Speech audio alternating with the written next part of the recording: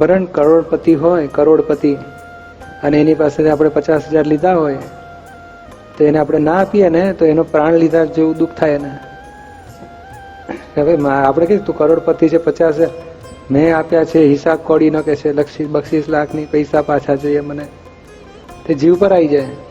મારી સુધી ઊંધું વિચારે કેમ તો પ્રાણની જેટલો પૈસો વાલો છે ને, એટલે પછી આપણે ચૂકવી દેવા જોઈએ.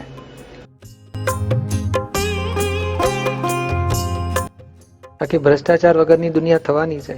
5-10% રહેશે એવો રહેશે, 90% ચોખ્ખો થશે એવો કાળ આવી રહ્યો છે. દાદા કહે છે આપણું અક્રમ વિજ્ઞાન એમાં બહુ મોટું કાર્યકારી ભાગ ભજવશે.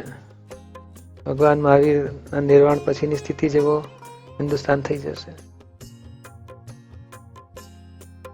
એને એ દાદા કહે છે એક વખત અમને પગે લાગ્યો પછી અમારો અવળો ચાલે ને તો અમે એને થોડી લાગણી તૂટવા ના દઈએ, પ્રેમ અમારો તૂટવા ના દઈએ અને એને બચાવી લઈએ. ગમે તે થાય એ કળા કરીએ પણ એને ખેંચીએ પાછો. એટલે એ પ્રેમ કહેવાય સાચો. મોક્ષે જતા સુધી એની જવાબદારી સાચવે.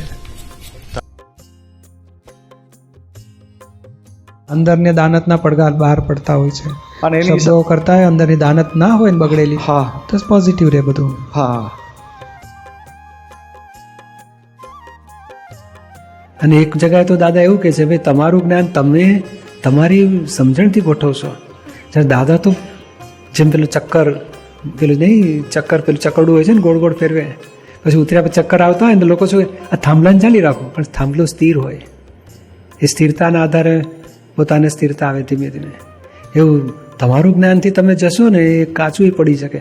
દાદા દાદા બોલજો ને, દાદા ભગવાન એટલે નક્કર અવલંબન છે, એ વધારે કામ કરશે.